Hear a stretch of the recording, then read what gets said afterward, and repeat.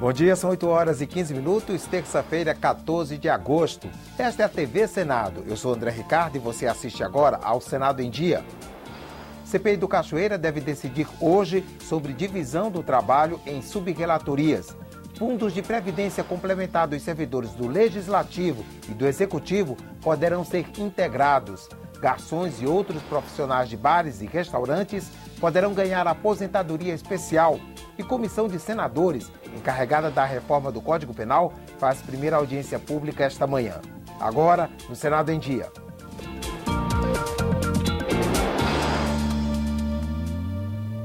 Nesta semana, a CPI do Cachoeira volta a investigar uma suposta interferência do contraventor no estado de Goiás. Amanhã serão ouvidas pessoas ligadas ao governo do estado. E hoje pela manhã, logo mais às 10h15, devem ser votados requerimentos que podem definir novos rumos para a comissão mista. Quebras de sigilo fiscal e telefônico, movimentações bancárias e documentos das operações policiais. Para muitos deputados e senadores, a CPI só vai conseguir analisar todas essas informações se o trabalho for dividido entre vários relatores. O requerimento que sugere a criação de subrelatorias vai ser votado na reunião desta terça-feira, depois da insistência de alguns parlamentares. A CPI vigora o princípio da colegialidade. Existe um requerimento da senadora Cátia Abreu no tocante à divisão da relatoria em subrelatorias. Isto precisa ser decidido pelo colegiado. Isso não pode ser uma palavra suprema do relator. Para que possamos chegar a um resultado de eficiência ao final dos trabalhos dessa CPI, nós voltamos à mesma reivindicação, a criação das subrelatorias na direção de dividirmos os trabalhos e desonerarmos o relator de tanta incumbência. Os depoimentos da última semana abriram novas frentes de investigação. A mulher de Carlinhos Cachoeira, Andressa Mendonça, não respondeu às perguntas, mas os parlamentares decidiram apurar a denúncia de que ela teria ameaçado um juiz federal. Foram apresentados requerimentos para convocar o juiz Alderico Rocha Santos e o jornalista Policarpo Júnior, da revista Veja. Segundo o juiz, Andressa disse que o jornalista tinha feito um dossiê contra ele, que poderia ser publicado na revista. A ex-mulher de Cachoeira, Andréa Aprígio, também prestou depoimento. Ela afirmou que não participa dos negócios ilegais do contraventor. Mesmo assim, um requerimento propõe a convocação de Adriano Aprígio, irmão de Andréia. Os dois teriam um contrato de gaveta que transfere várias empresas de Cachoeira para a ex-mulher. Ao todo, a CPI tem mais de 250 requerimentos na pauta da reunião administrativa desta terça-feira. Na quarta, 4 pessoas vão depor. O ex-presidente do Detran de Goiás e o ex-corregedor da Secretaria de Segurança Pública foram convocados para falar sobre a suposta influência de Carlinhos Cachoeira em setores da administração do Estado. Também vão prestar depoimento o ex-segurança de Demóstenes Torres e Roseli Pantoja, suspeita de ser laranja de Cachoeira numa das empresas que movimentavam o dinheiro arrecadado pelo contraventor. Um dos depoentes na CPI amanhã, o capitão da PM de Goiás, Ilner Braga Ananias, entrou com um pedido de habeas corpus no Supremo Tribunal Federal. Ele quer ter assegurado o direito de permanecer em silêncio. Com base no Código do Processo Penal, o policial militar, que teria sido citado em telefonemas do grupo de Cachoeira, também pede para ser ouvido em Goiânia, cidade onde mora. O habeas corpus vai ser julgado pelo ministro Luiz Fux. O presidente do Senado, José Sarney, se reuniu ontem com o ministro da Previdência. Eles trataram do fundo que vai complementar a aposentadoria dos novos servidores públicos federais. No encontro com o presidente José Sarney, o ministro Garibaldi Alves Filho discutiu a possibilidade de integrar o fundo complementar dos servidores do Legislativo com o do Executivo. A proposta é que a integração dure 2 anos a partir de 1º de janeiro do ano que vem. Por uma questão de consolidação, de iniciar, dado o fato de que a disparidade entre os números de funcionários, então o Legislativo está aceitando e propondo essa integração. Hoje, o Poder Executivo tem mais de 480 mil servidores que recebem acima do teto da Previdência e o Poder Legislativo, 8 mil. De acordo com o ministro, José Sarney disse que vai levar a proposta à direção do Senado e da Câmara. Quanto ao fim do fator previdenciário para os trabalhadores do regime geral, o ministro disse que a discussão está na Câmara dos Deputados. Eu acredito que ela agora só deverá prosperar, continuar depois da eleição. A lei que cria o Fundo de Previdência Complementar dos Servidores Públicos foi sancionada em abril, depois da aprovação pela Câmara e pelo Senado. Ela prevê 3 fundos, um para cada poder da União. Mas, como nós vimos, começa a ser discutida a integração dos fundos do Legislativo e do Executivo. A repórter Sheila Assunção explica como deve ficar a aposentadoria dos novos funcionários públicos. Atualmente, os servidores contribuem com 11% sobre o valor da remuneração, mas o valor da aposentadoria depende da época em que o funcionário tomou posse. Se foi antes da Emenda Constitucional 41 de 2003, que alterou as regras da Previdência, ele terá vencimentos integrais. Se foi depois, vai se aposentar com uma média dos 80% maiores salários recebidos ao longo da carreira. A nova lei regulamenta a Emenda 41. Ela equipara a aposentadoria do Serviço Público Federal com o que já acontece na iniciativa privada. A partir de agora, os novos servidores vão se aposentar pelo teto do regime geral da Previdência. Hoje, esse valor é de R$ 3.916.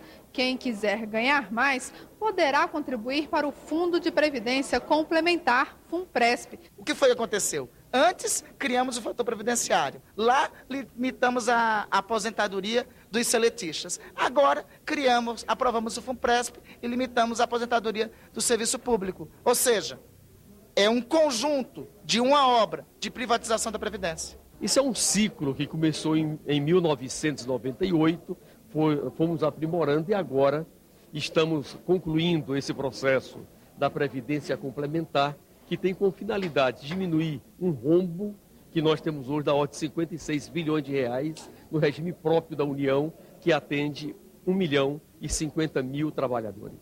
Este consultor do Senado explica que as novas regras não serão aplicadas aos militares e aos funcionários do Distrito Federal.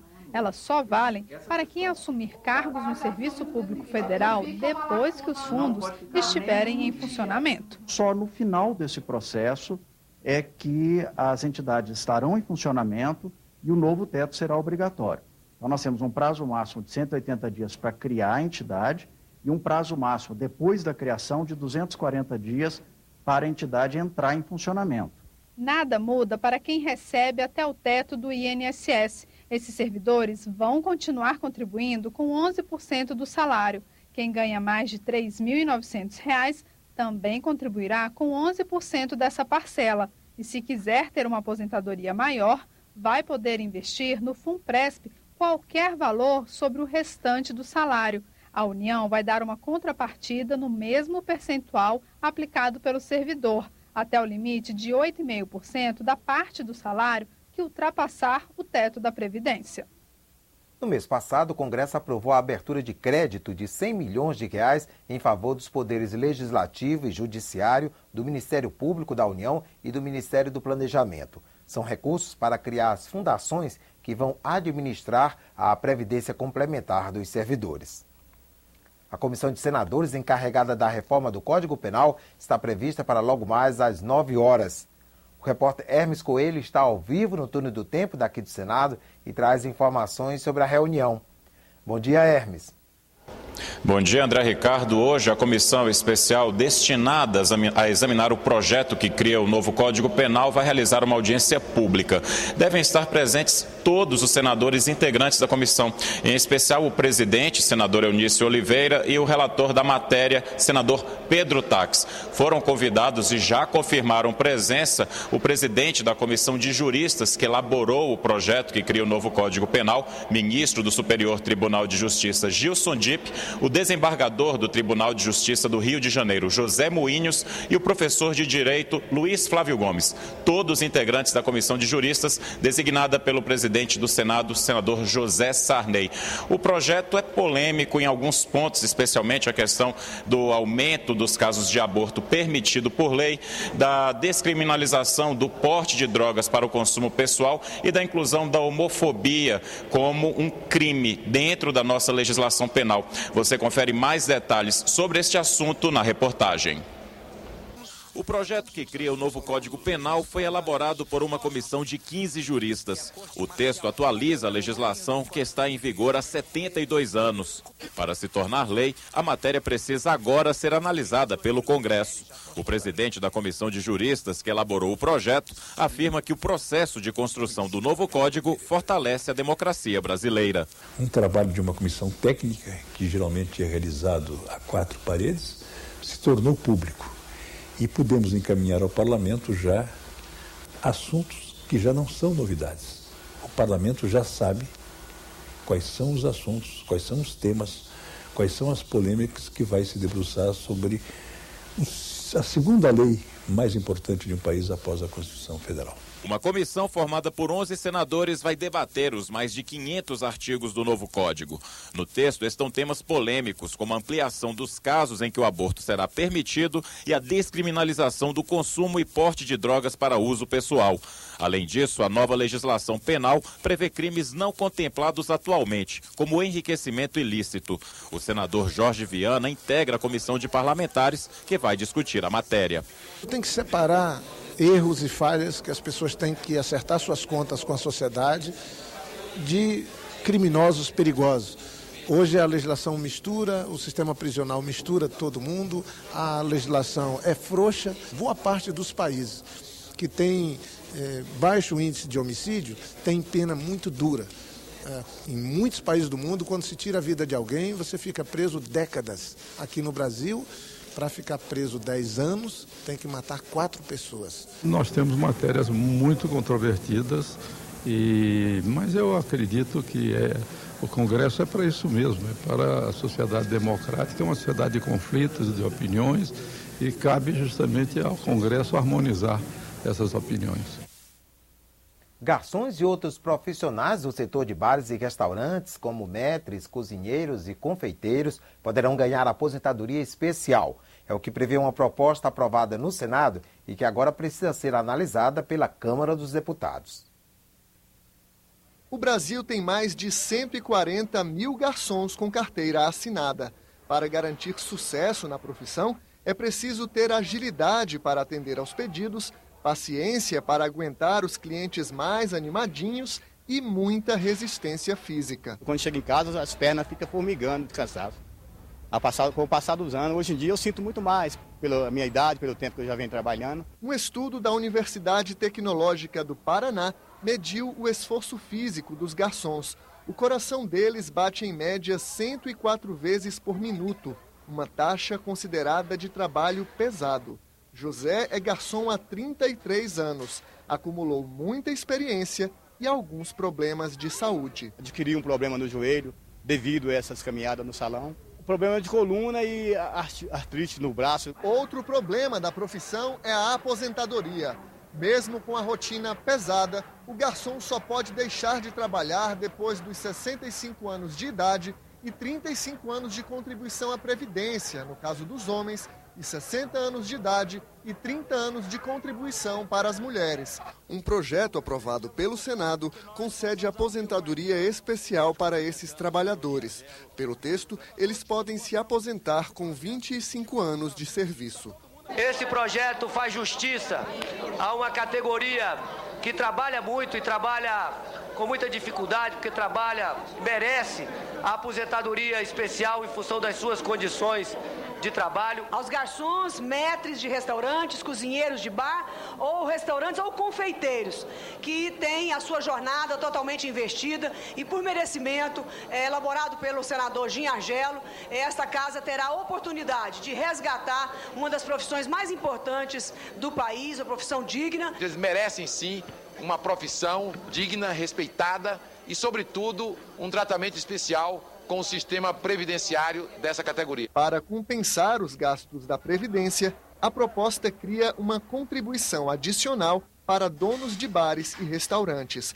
Eles teriam que pagar 1% a mais de INSS. A ideia não agrada aos empresários. Sempre que vem uma medida como essa, que impacta no custo do empresário, o empresário acaba sendo obrigado a repassar em algum momento para o cliente. O cliente vai acabar pagando essa conta no final. Eu tenho certeza que esse custo pode ser absorvido e esse 1% dá sim para completar a aposentadoria. O Senado em Dia termina aqui. No decorrer da manhã, você acompanha outras informações nos boletins do Senado agora. Enquanto isso, continue assistindo a nossa programação.